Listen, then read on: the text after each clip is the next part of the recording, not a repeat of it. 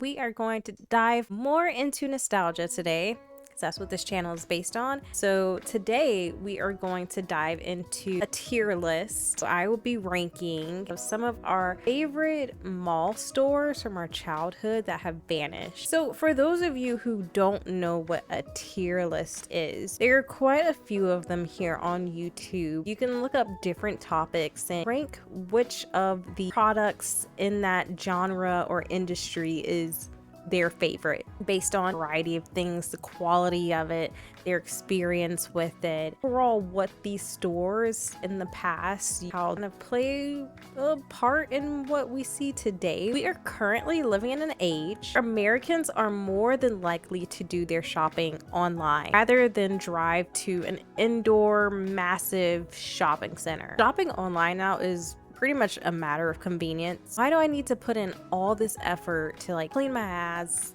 all to go to this massive indoor space and interact with strangers who I will more than likely never see again in my life? It does not sound that appealing, especially as an introvert. And as a fellow introvert, sitting on my couch under my cozy blanket sounds much more appealing. Post-pandemic, a lot of other consumers are starting to have that same mentality. The pandemic isn't the only sole reason for the decline in in-store shopping. Even when shopping malls were, in their heyday, you'll start to note similarities between some of these businesses and their reasons for closing. Of bookstores like Walden Books, or even, Borders. Yeah, Borders. Because they started to have competitors that were popping up. Barnes and Nobles was popping up everywhere. It was like a Waffle House in Atlanta. You guys remember when you could go into like a record store, could put on the earphones and just listen to whatever album? This was pre-pandemic. Who was using those earphones prior to you walking up to them and you just pop them on your head and you just groove into whatever music you thought was pretty cool? But case anymore, you don't see stuff like that and reminisce, right? That's what this whole channel is about. While you're here and reminiscing, go ahead and hit that subscribe button as well, because if you think video is gonna give you good memories, just wait till you see the rest of the videos in my catalog. You just made. All right, we're gonna start off with FYE. Did you know that FYE is an acronym? I never knew exactly what it stood for. So FYE stands for Your Entertainment. Mind blown. Remember the days before we had the convenience of streaming albums online? Drop some knowledge on some of you youngins who might be watching this. Once upon a time, if you wanted to listen to Rihanna's second studio album, A Girl Like Me, either download it on LimeWire, Apple Music, or visit your local record shop or your local FYE. I was younger, I used to call it FI.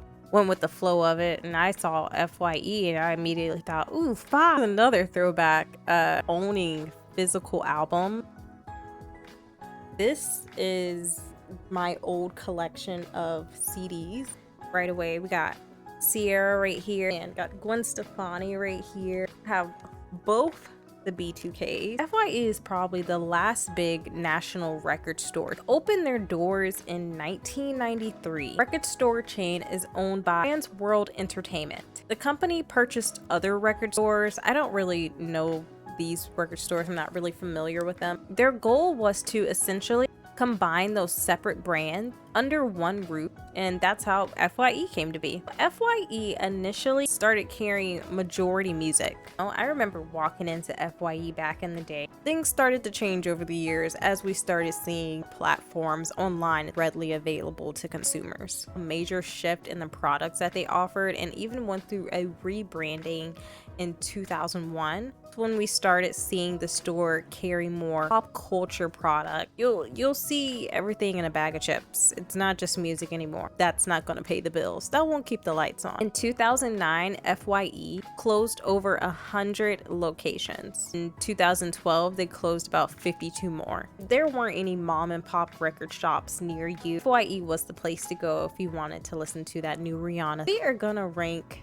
FYE on our tier list. They innovated just having music readily available to us. Even when they started bringing in their pop culture stuff, they kind of started to feel more like a Spencer's or a Hot Topic. Rate FYE with a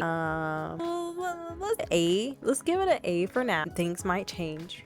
We never know. I used to love me some wet seal back in the day. When I was younger, I would think when I got older, I would shop at Wet Seal. When I first started seeing Forever 21s pop up, walking into them, I was like, this is just a Wet Seal on a massive level, or it's too much. Wet Seal was an American fast fashion retailer that sold just clothing accessories. It's a Forever 21. Story behind the name goes, the owner, Lauren, she made a comment during a fashion show. She saw a model wearing a bathing suit and she looked at the model and was like, you look like a wet seal, and turned into a store. So the store first opened Newport Beach in 1962. Wet Seal has been around since 1962, named after the owner, Lauren. Okay, obviously this lady just thinks that she's like brilliant ideas and then just runs with it or something. Which if you name a store after you, you have to be like a very self-obsessed person. 1990s where they finally changed the name to Wet Seal though. So they acquired about 237 Contempo casual stores from Neiman Marcus Group. They also developed a brand known as R&B that maybe some of you might be familiar with. Essentially, all of the R&B stores were closed back in 2014. Stores were all converted into Wet Seals or either their sister store, Wet Seal Plus. The company filed for bankruptcy in January 2015. They lost $113 million the previous year. Before filing for bankruptcy in 2015, the company closed 338 stores. That was 2/3 of its US locations, and they laid off nearly 3,700 employees. In 2017, it just was not looking good for the retailer, and they eventually called it quits. Didn't really even notify the employees. You know, stores if you just need like a quick fix. Fast fashion, not the greatest, most sustainable concept. I remember they used to have a large variety. I'm going to rank a B. We're gonna give it a B. Wet Seal was nothing new. It was to like Charlotte Russe. They didn't have the best quality of clothes either. We needed trendy stuff though. I mean, it was the place to go. Next. Channel store. Oh man, here we start getting into some stores too where it's just like, oh my god, the memories. Used to love me some Discovery Channel store. Discovery Channel store was a store that sold products and other merchandise from the Discovery Channel. A lot of merchandise there that was based off of Animal Planet. They had stuff from like Food Network. This was really going on more in like 1995. In 1996, they acquired Nature Company store. This store primarily sold, the name says, nature stuff. They went ahead and converted a majority of those stores into the Discovery Channel store. They started to offer more merchandise that was based around science. They had educational toys, nature stuff as well. They used people that would stand outside of the store, have those like balls. You guys know what I'm talking about? It was like an expando ball. Unfortunately though, by 2007, the store was losing more than $30 million a year. They closed a majority of their stores as a result. Fear back then was like, close this shit down. Later on selling their products online, they would end up partnering with Toys R Us. There's another store not around anymore, but one that we'll dive into today because it wasn't in the malls. But if you'd like to see it, comment below. When I think of stores today, really focused on engaging the shopper as much as Discovery Channel, that was like saying like persuaded you to come in by paying with the merchandise in front of the store. That's a huge deal because it worked. You know, in time they did not for products that were daily. I don't know what to rank it. Products that you would probably shop for around the holidays. You just needed something to buy your cousin Timmy because you just didn't know what else he liked. Discovery Channel store was that place to do it, but I feel like this makes sense. I rank it a B. I give it a B. It's gonna be find specialty stores like that today. You know. Next, B Toys. Oh yeah, not Toys R Us. I used to love this place. There's a one toy store that will actually be in the mall. Do malls still have stores that are dedicated fully to kids that are like interactive like that? Or B Toys originally opened in 1922. A long time. And when they originally opened, they opened as a candy store, actually. In 1946, the company decided to go wholesale, and that's when they decided to end just selling candy and really went wholesale with toy. They finally entered the retail space though in the 1970s. So one thing that I bought from KB Toys when I was younger was like a Barbie airplane. Actually ran into that same Barbie airplane at Goodwill. In 1999, the company operated 324 stores across the United States and was the second largest toy retailer in the US. Fortunately, they declared bankruptcy in both 2004 and 2008 before going out of business in 2009. You usually see a lot of toy stores in malls today, and that's because we're able to go to Walmart, go to Target. Target has really been expanding their toy section. Online retailers like Amazon, that's another factor that played into Toys R Us closing down. If it was not for stores like Toys R Us or KB Toys, we would not have as selection as we do at like a Walmart and a Target. So because they are the GOAT, I am going to rank them a A. Well, I'm ranking them an A and not an S because they're not Toys R Us. I might be a little bit biased there, but guess what? This is my channel. Warner Brothers Studio Store. Memory unlocked. I completely forgot that this was a store. So the Warner Brothers Studio Store was a chain of retail stores that sold Looney Tunes, DC Comics, Hanna-Barbera, and other merchandise based on Warner Brothers. The store opened in 1991 at the Beverly Center in Los Angeles. The chain had 130 locations at its peak. In October 1993, opened the first ever studio store in New York City. The main attractions for that store specifically were an elevator that was carried by Superman, a 4D experience of Marvin the Martian, first ever 3D computer generated animation produced in the world. Wait, they had 4D available in 1993? This was all available in a retail store, which is pretty crazy to me. In January 2001, the AOL Time Warner merger was complete, at which the Warner Bros. Studio Store was placed up for sale with plans to close if it was not sold. In February 2001, the flagship location in New York City was closed, unfortunately. And on September 11, 2001, the store at the World Trade Center was destroyed by the Twin Towers falling. This is the most mind-blowing list. They had 4D, and it's kind of weird too. Never would have ever thought that connect the Looney Tunes with Twin Towers falling. Now we have to rank it. This is getting harder. Probably their main competitor was more than likely the Disney store. Even take a look at how Disney World and Disneyland are consistently doing so well compared to Six Flags. You don't hear as many people as obsessed with Six Flags as you do with like Disney World. I am gonna have to give the Warner Brothers Studio Store being too nice. Give it a B. It was probably really great in its time. It was a cool concept back in the time. You loved having, you know, Tweety Bird merch, and this store was perfect for you. You can find cartoon merch anywhere today. Check out my most recent video that I uploaded about bizarre cartoon fashion. Gottschalks. I used to love Gottschalks. Pretty much saying that with every store, but Gottschalks was a store that I really did love. Gottschalks was a mall clothing retailer aimed at teenagers and originally opened its doors in 1983. The Texas-based chain was infamously known for having a Volkswagen Beetle in all of its stores, or at least having a life-size version of a part of a Beetle inside. Yeah, this was something that I really remembered about this store. By 1992, the company had 33 stores in Texas. In 1995, the company became public and quadrupled in size to 195 stores. However, in 2004, the company filed for bankruptcy and announced plans to reduce its stores from 410 to 252. In 2005, Forever 21 purchased the chain for $33 million. Here we go, Forever 21. I don't know if I would necessarily call it fast fashion, but they did offer, it was probably fast fashion.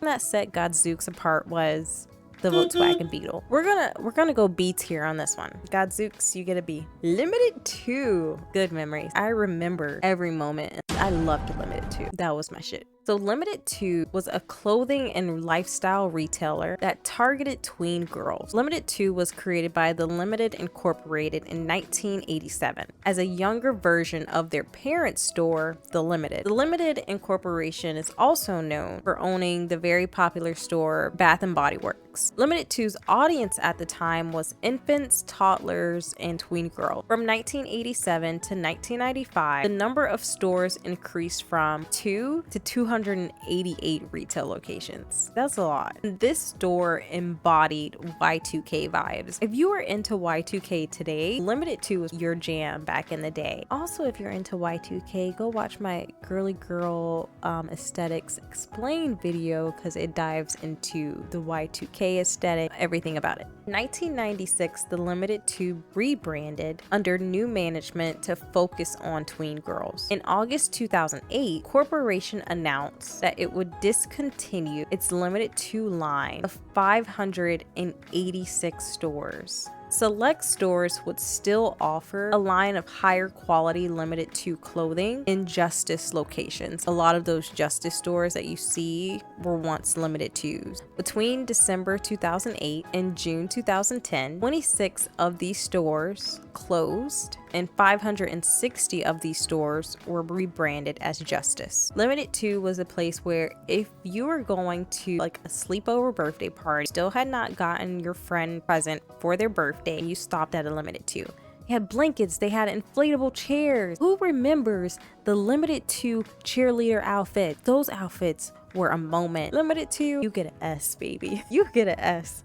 I cannot put Limited 2 lower than an S. Limited 2 though, and you are very, very much missed. Sam Goody. Sam Goody Gottschalks. I'm butchering your last name, Sam. He opened a record store in New York City on New York's 9th Avenue in the 1940s, and I think this was shortly after like vinyl records really became very popular.